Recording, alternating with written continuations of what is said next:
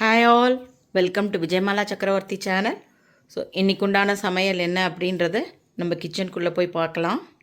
Hi all, ஒரு few டேஸாக ரொம்ப பிஸியாக இருந்தேன். இன்றைக்கி என் பொண்ணு அவளுக்கு இந்த ஊர் கல்யாணத்துலலாம் கொடுக்குற மாதிரி ஒரு ரசம் வேணும் எனக்கு, ரொம்ப நாள் ஆச்சுமா சாப்பிட்டேன் அப்படின்னா. ஸோ அவளுக்கோசரம் ஆல்மோஸ்ட் மைசூர் ரசமும் அது இது எல்லாமே சேம் தான், ஒன்றும் பெரிய டிஃப்ரென்ஸ் ஒன்றும் கிடையாது. பெங்களூரில் உள்ள கல்யாணங்களில் போடுற ரசமும் ஒரு கொள்ளு தொகையல். ரொம்ப நீ பெயின் இருக்கு, ஸோ அதனால கொஞ்சம் கொள்ளு தொகையல் சாப்பிட்டுக்கணும், வேற ஆப்ஷனே கிடையாது. ஒன்ஸ் அண்ட் அவைல் மெடிசனல் ஃபுட்டும் நம்மளுடைய மெனுவில் இருந்தால் தான் எல்லாருக்கும் பேலன்ஸ் பண்ண முடியும். அவள் குழந்தையிலேருந்து இங்கே வளர்ந்ததுனால அவளுக்கு கர்நாடகா ஃபுட்டு தான் இன்ஃப்ளூயன்ஸ் ஜாஸ்தி. அதனால என்னோட நெய்பர் ஒருத்தர் மாதுவா இருந்தா, அவகிட்ட நான் நிறைய கத்துண்டேன். அதே போல மாடியில ஆன்டி இருக்கா, அந்த ஆன்டி கிட்டையும் நான் ரொம்ப கத்துட்டுருக்கேன். எப்ப கீழே போனாலும் அங்க ஒரு பெரிய ஆன்டிஸ் கும்பல் ஒன்று சாயங்காலம் உட்காந்து பேசுவாங்க. அங்க போனா உங்க வீட்டுல என்ன சமையல், இன்னைக்கு என்ன பண்ணீங்க, அப்படின்னா என்ன, அது எப்படி பண்ணணும் அப்படின்னு பண்ணி பார்த்துட்டு தென் அவங்க கிட்டேயே கொடுத்து நான் பர்ஃபெக்டா பண்ணியிருக்கேனா இல்லை ஓரளவுக்கு நியர்பையா வந்திருக்கா அப்படின்னு கேட்பேன் நான். அப்படி கத்துட்டது தான் கர்நாடகா ஃபுட் எல்லாமே. நான் ப்ராப்பர் தமிழ் பர்சன். நெய்வேலியில பிறந்து நெய்வேலியிலேயே வளர்ந்து நெய்வேலியிலேயே கல்யாணமும் பண்ணி அதுக்கப்புறமா பாண்டிச்சேரி, பெங்களூர், அப்படியே என்னோட லைஃப் இப்படி ஜேர்னி இது. ஸோ அதனால நான் என் பொண்ணுக்காக கத்துட்ட கர்நாடகா டிஷ் எல்லாம் உங்ககிட்ட ஷேர் பண்ணிட்டு இருக்கேன். நீங்களும் என்ஜாய் பண்ணிட்டு இருக்கீங்க. உங்களுக்கு வீடியோ எனக்கு பிடிச்சிருந்ததுனாக்க எல்லாருமே லைக் பண்ணிட்டு வீடியோ பாருங்க. நம்ம இப்போ குக்கிங்குள்ள போகலாம். அந்த கல்யாண ரசத்துக்கு தேவையான சாமான்கள்லாம் என்னன்னு பார்த்துடலாம். ஃபஸ்ட்டு ஒரு 50 கிராம் பருப்பை நான் நல்லா வேக போட்டு எடுத்துட்டேன். ஒரு நெல்லிக்காய் சைஸ் புளி ஊற போட்டுருக்கேன். 3 தக்காளி எடுத்துட்டுருக்கேன். அதுக்கப்புறமா ஒரு 1.5 டேபிள் ஸ்பூன் தனியா, 1 டீஸ்பூன் கடலப்பருப்பு, 1 டீஸ்பூன் துவரம்பருப்பு, 1 டீஸ்பூன் பெப்பர், 1 டீஸ்பூன் ஜீரா எடுத்துட்டுருக்கேன். 1/2 டீஸ்பூன் மெந்தயம், ஒரே ஒரு சின்ன சைஸ் பட்டை எடுத்துட்டுருக்கேன். 5-6 பியாடிகை மிளகா எடுத்துட்டுருக்கேன். கருவேப்பிலை கொஞ்சம் எடுத்துட்டுருக்கேன். மஞ்சப்பொடி, பெருங்காயம், இதெல்லாம் தான் இதுக்கு தேவையான சாமான்கள். இதை நான் இப்போ எப்படி பண்ணுறதுன்னு உங்ககிட்ட காமிக்கிறேன். இதுக்கப்புறமா குக் பண்ணச்ச ரசம் பண்ணச்ச ஒரு 2 டீஸ்பூன் தேங்காய் துருவலும் ஒரு கட்டி வெல்லமும் அதில் ஆட் பண்ணணும். நான் அதில் இங்கே வைக்கல அந்த ஐட்டத்தை.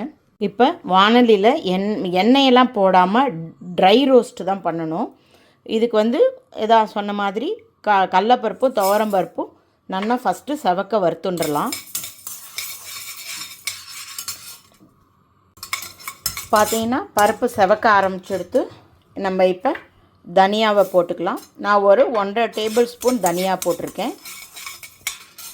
இதோட ஜீரகம், மிளகு, வெந்தயம், சினமன், அதாவது பட்டை,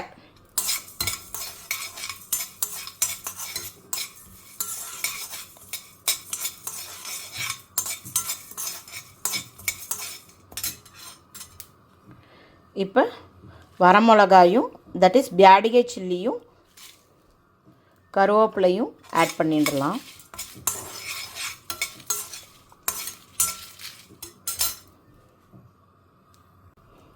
இதில் கொஞ்சம் பெருங்காயம் ஆட் பண்ணிட்டு தாளிக்கரைச்சி கொஞ்சம் பெருங்காயம் ஆட் பண்ணிக்கலாம். இப்போ நான் இதை ஆஃப் பண்ணிடுறேன். ஜீரகம்லாம் நல்லா பொரிய ஆரம்பிச்செடுத்து வெந்தயமும் செவக்க ஆரம்பிச்செடுத்து இதை ஆஃப் பண்ணிவிட்டு இதை நான் இப்போ பொடி பண்ணி எடுத்துக்கிறேன். இப்போ நான் 3 தக்காளியை கட் பண்ணி வச்சதை இந்த மிக்சியில் ஆட் பண்ணிவிட்டு இந்த புளி இருக்கு இல்லையா, இதை ஊற வச்சதையும் சேர்த்து இதை நல்லா அரைச்சி எடுத்துன்னு வந்துடுறேன். அரைச்சிட்டு வந்தாச்சு தக்காளியும் புளியையும். இப்போ வானலியை நான் ஆன் பண்ணிட்டேன். இப்போ அரைச்ச தக்காளி அப்புறமா புளியை இதோட சேர்த்துடலாம். இந்த மிக்சியை நல்லா ஜலம் குத்தி அதையுமே இதோட அலம்பிட்டு அந்த ஜலத்தையும் இதோட சேர்த்துடலாம். இப்போ நம்ம இதோட மஞ்சப்பொடி, உப்பு ஆட் பண்ணணும். ஒரு 1/2 டீஸ்பூன் உப்பு போட்டுக்கிறேன். 1/4 டீஸ்பூன் மஞ்சப்பொடி, ரொம்ப ஜாஸ்தி வேண்டாம்.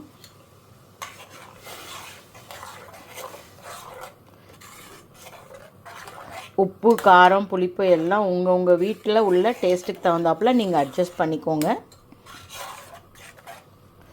இப்போ இது நல்லா ஒரு கொதி வரட்டும். அதுக்கப்புறமா நம்ம பொடி பருப்பு இதெல்லாம் ஆட் பண்ணணும்.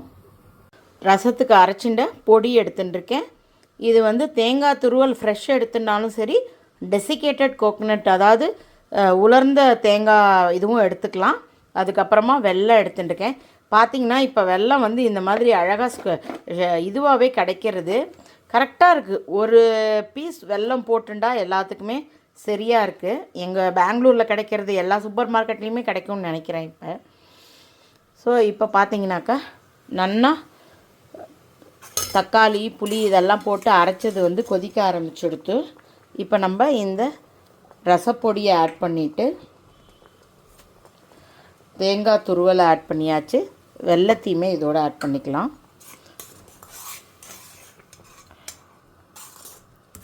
இப்போ பருப்பை வந்து நல்லா மசிச்சு எடுத்துன்ட்டேன். பருப்போட ஷேப்பே தெரியாத அளவுக்கு மசிச்சு எடுத்துன்ட்டு அதை இதோடு ஆட் பண்ணிக்கலாம். பாருங்கள் பருப்பு எவ்வளோ நல்லா மசிச்சு எடுத்துன்ட்டேன். அதையுமே இதோடு ஆட் பண்ணிட்டு நல்ல வாசனையாக இருக்குது. இதுக்கப்புறமா இதில் கொஞ்சம் ஜலம் ஆட் பண்ணணும். கொஞ்சம் திக்காக இருக்குது இல்லையா? ஸோ ரசம்னா கொஞ்சம் தெளிவாக இருக்கணும். ஸோ அதனால் இதோட கொஞ்சம் ஜலம் ஆட் பண்ணிக்கலாம். கரெக்டாக நுரக்கட்டின்னு வர ஆரம்பித்த உடனே நம்ம இப்போ கொத்தமல்லி தழையை ஆட் பண்ணிட்டேன். இதோட நான் கொஞ்சம் எக்ஸ்ட்ரா ஜலம் உப்பு செக் பண்ணேன். உப்பு தேவைப்பட்டது ஜலம் ஆட் பண்ணது கையோட. ஸோ உப்பையும் ஆட் பண்ணிவிட்டேன். நுரைச்சி வர ஆரம்பிச்சுடுத்து நான் இப்போ ரசத்தை ஆஃப் பண்ணிவிட்டு இதுக்கு தாளித்து கொட்டிட்டேன். அப்படின்னு பெங்களூர் கல்யாண ரசம் நமக்கு ரெடி ஆகிடும். ரசத்துக்கு நம்ம நெய் வச்சுட்டுருக்கேன். அதில் கடுகு ஜீரகம் கருவேப்பிலை கொஞ்சமாக பெருங்காயம். இது ரெகுலர் தாளிப்பு தான். இது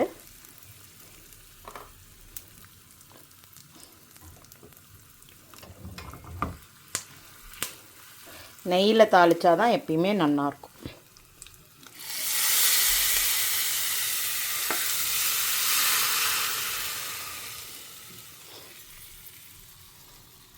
நடுவில் சாதம் வச்சுட்டேன். இன்றைக்கி குக்கர் சாதம் தான், வடிக்கிற சாதம் இல்லை. கொஞ்சம் வெளியில் போகணும், பேங்க் வேலை இருக்குது என் பொண்ணை கொட்டிண்டு.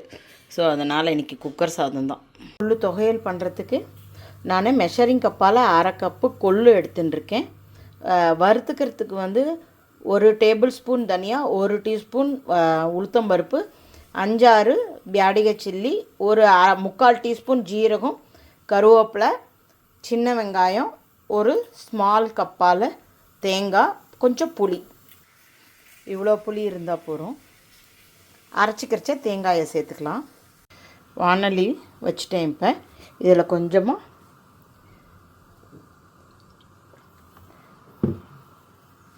எண்ணெய் ஊற்றிட்டு இப்போ இந்த கொல்லை வந்து எடுத்துக்கலாம். இது நல்லா அலம்பி நான் எடுத்துட்ட பருப்பு. இது நான் ஆல்ரெடி அலம்பி காய வச்சு டப்பாவில் போட்டு எடுத்துட்டேன். இதை நல்லா செவக்க வறுத்து எடுத்துக்கணும் ஃபஸ்ட்டு. அதுக்கப்புறமா தனியாக அந்த பருப்புகள்லாம் போட்டு பண்ணலாம். ஏன்னா இது செவக்கிறது அப்புறம் அதெல்லாம் போட்டுட்டோன்னா செவக்கிறது தெரியாமல் போயிடும். அதனால் இதை நல்லா செவக்க விட்டு எடுத்துக்கலாம். ரொம்ப மருத்துவ குணம் ஜாஸ்தி சொல்லுவாங்க இல்லையா?